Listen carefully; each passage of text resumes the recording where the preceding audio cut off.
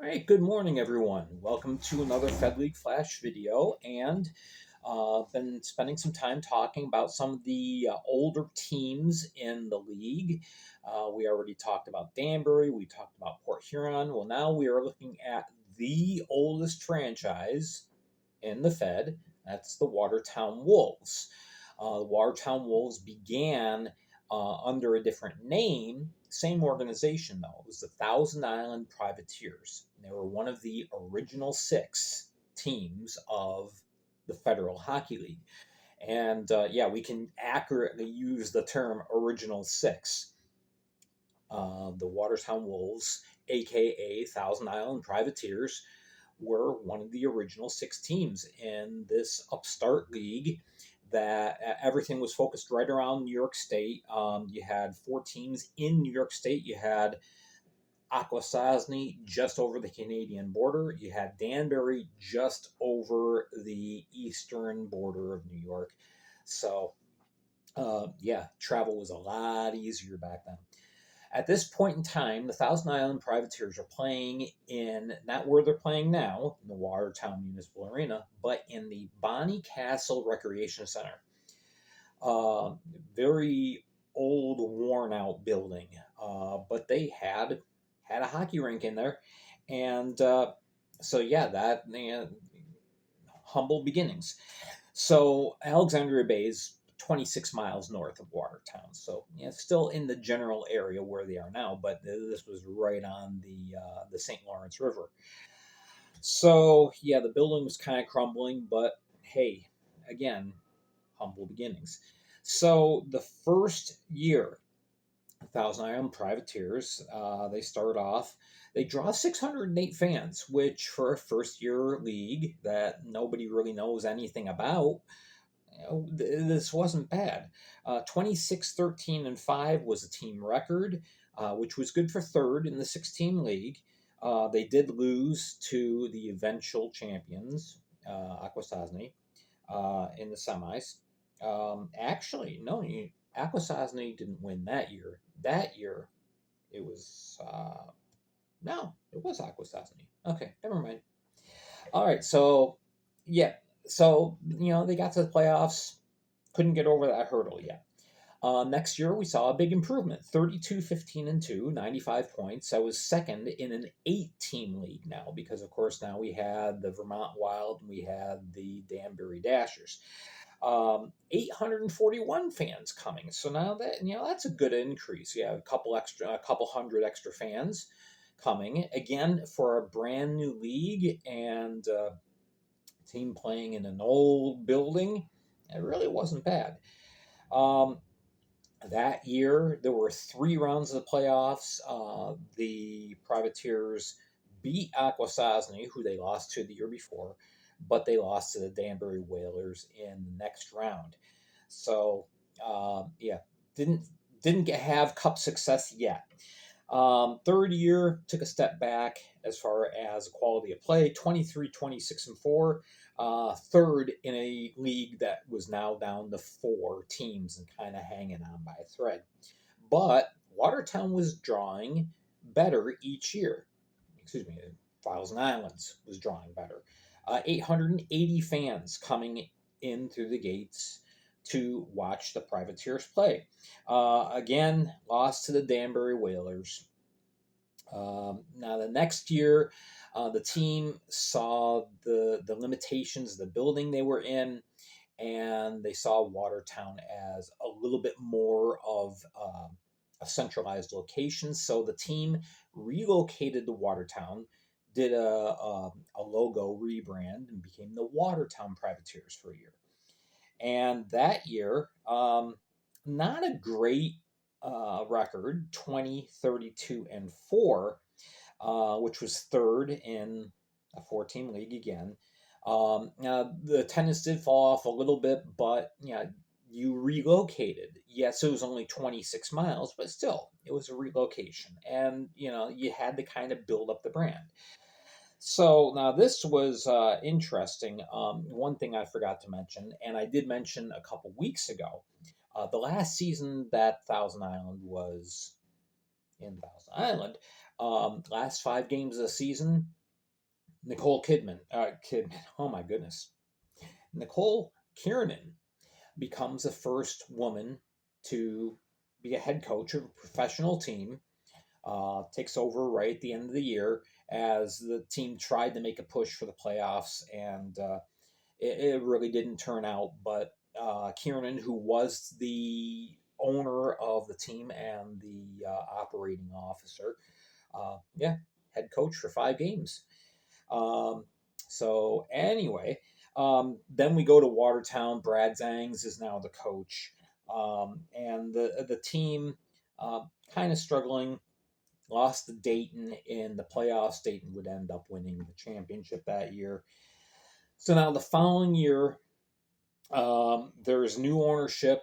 They want to do a rebrand. They want to try and remarket themselves, look a little bit more professional. So they become the Watertown Wolves, do a complete rebrand, new color scheme, the whole 9 yards.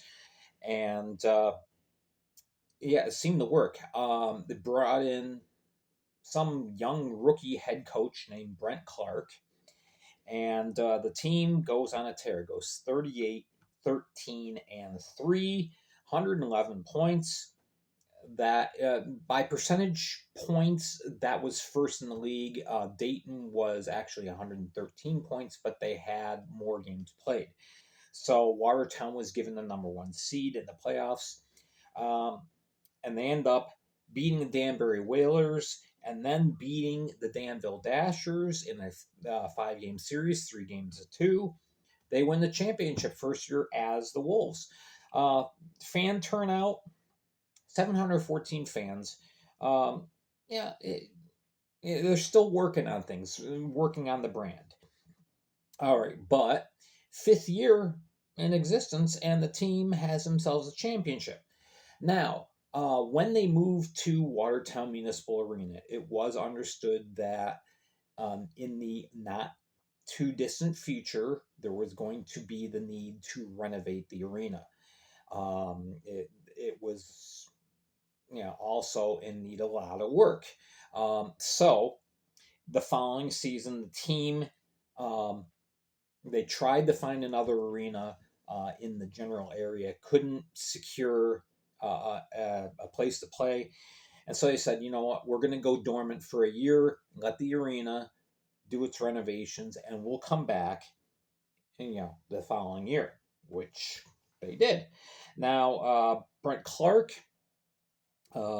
he stepped away, and now the head coach was Phil Esposito. Now, no, not the NHL player, but Phil Esposito was quite the recognized coach for low minor league hockey back in this day. So he comes in, and in the 2016-17 season, the team goes 29, 23, and 4, which was fourth in a 17 league. They made the playoffs, but they lost to Danbury 2-1 that year. 768 fans. So taking a year off didn't really hurt the attendance. I'm sure they were hoping for more fans, but yeah, they're still drawing pretty well. Now remember, Watertown Municipal Arena only seats 1,500 fans. It is the smallest arena in the league today. So, they have that limitation, but we're going to talk about something right at the end of this video that's very interesting. All right, 2017, 2018. This was the kind of surprise year. Now, the team did great, 35, 12, and 5 in the regular season. Second to the Port Huron Prowlers, who at that point had one of the best seasons actually at that point, it was the best season ever in Fed history. Only lost 7 games all year. The Wolves go into the playoffs. First, they beat the brand new Carolina Thunderbirds 2 games to 0. That was the Thunderbirds' first year. And then they go in against vaunted Port Huron Prowlers and end up winning 3 games to 1. Big upset. Overtime victory with one Mr. Gavin Yates scoring the the game winner, ending up getting the playoff MVP. There will be deja vu a few years later. All right, in 2018, 2019, the team falls back a little bit. At this point, by the way, the team is being coached by Trevor Karasevich, who had already won a couple of titles as a player and a couple more as a coach with Dayton. Um, so anyway, Karasevich is still the coach. The team falls back a little bit, 31-26-1, finishing third. This was the best year as far as a draw for the Wolves. 964 fans average attendance over the year. That year, um, in his second year with the team, some upstart named Tyler Jurich ends up scoring 106 points for the team. Um, Team's doing pretty good, but falls to the Elmira Enforcers 2-0 in the playoffs. All right, so we move to the following season. Karasevich takes a job with a Western club out in California, and new coach Paul McLean comes in. The team falls off a little bit. It's in 2019, 2020, and of course, this would be the year of COVID. At the point that the season was called, the team had a 25-21-2 record, which was good for third in a 5-team East Division. This was the first year that the league had 2 divisions, 10 teams. 847 fans coming through the door. The season is canceled on March 12th. The following season, originally there were going to be plans to have a long series between Watertown and Elmira, like a 16-game series. They meet for the first game, and there's a fracas. Some Elmira players trying to break into the Watertown locker room. The game is called off. Police are involved, and the season never got started. The series never got started. So right after this, the Ignite Cup Challenge comes into play. Watertown elects not to participate because they wouldn't have ice availability. So another year lost. So in the 15 years of the franchise, 2 years have been lost, which was unfortunate. But again, the circumstance was very, very rough back then with COVID and restrictions and all. All right, so the following year, the team reloads and they get a whole bunch of players. They get Justin McDonald, they get Brett Clark, they get Brent Clark is back. They get Book Boom in goal. Brendan Colgan, a rookie, he starts the year in Watertown. Yeah, the team is loaded, and in the 7-team league, they dominate 43-12-4. They finish first. JMac finishes with a team record 60 goals and 119 points. So in the playoffs, they beat Carolina 2-0, and then Columbus in a 3-game series because there wasn't an ice availability for a 5-game series, but Columbus wins, or Columbus goes, and it's a 2-1 win for Watertown. Lane King with an overtime winner. So there you go.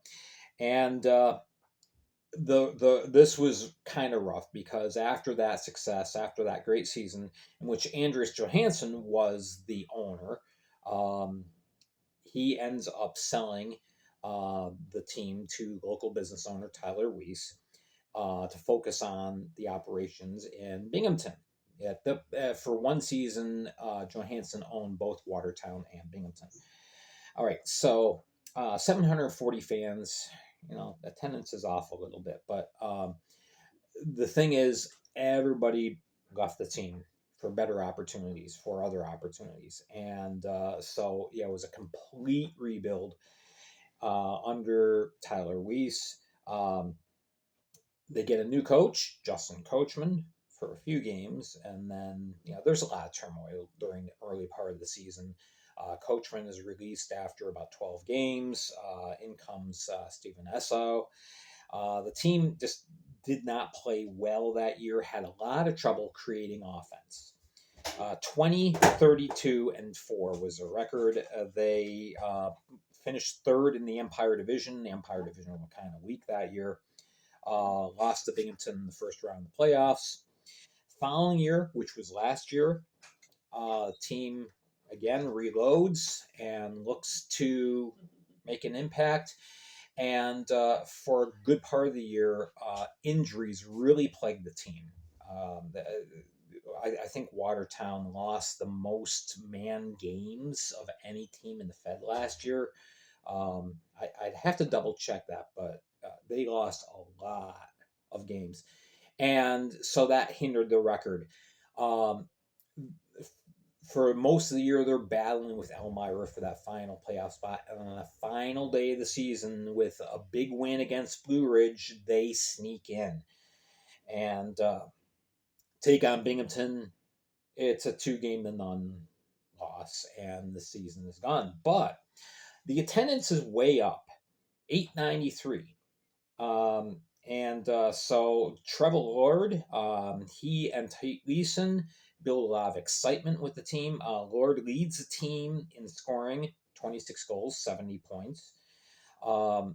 And things are looking a little bit more hopeful, but then, there's that what if? What if we didn't have so many injuries and so many call ups and so many other issues?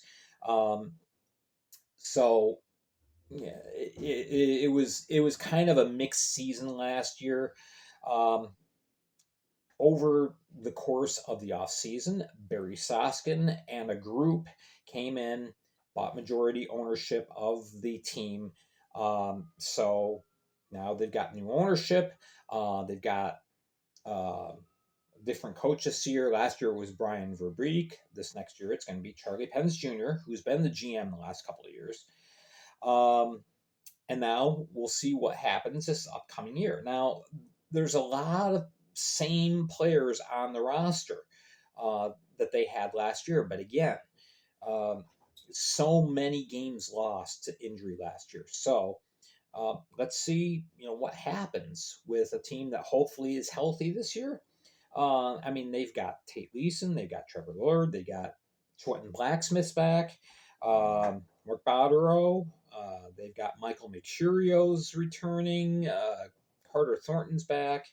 Uh, a lot of these familiar faces, plus Ross Bartlett, who came in at the very end of last year, is with the team. So we'll see if he can add some offense.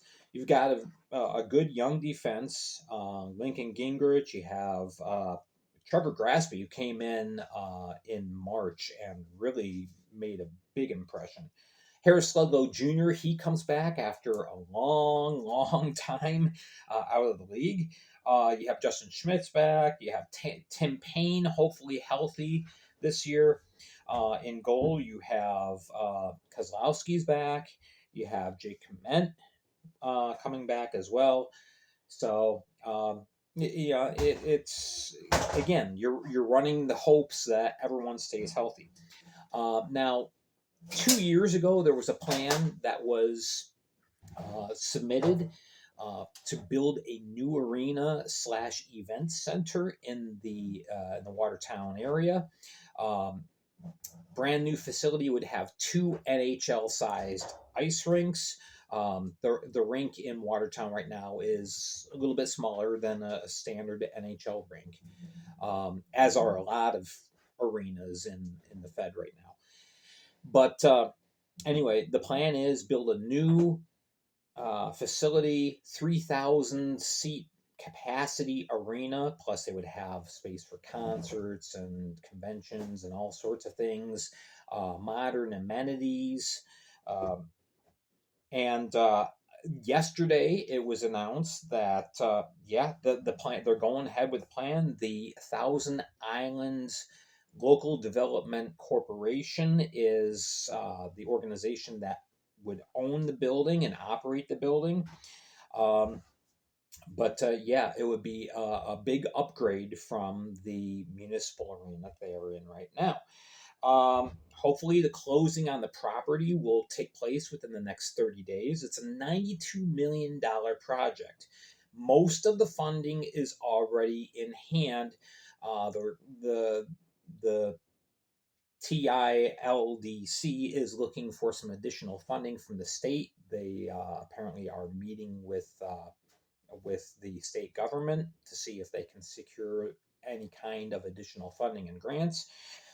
So we'll see. The future is bright and hopeful for Watertown. And here's an organization that, um, in spite of a lot of adversity, has won 3 championships. They are the only team in the Fed that has won 3 cups. So they're looking for number 4. Can they do it? We will see. Time will tell. All right, so that's a brief look at the Watertown Wolves. I hope you enjoyed this. Make sure that you're hitting like and subscribe. Comment down below. Let me know what you think about the Wolves' chances this year. Do they have a shot? Time will tell. All right, thank you so much for watching, and appreciate it. We will have maybe we'll do a video next week on the Carolina Thunderbirds, since that's the next oldest franchise in the series I've been doing with some of the older franchises. All right, I'm Gary Ryan for the Fed League Flash. Thanks for watching.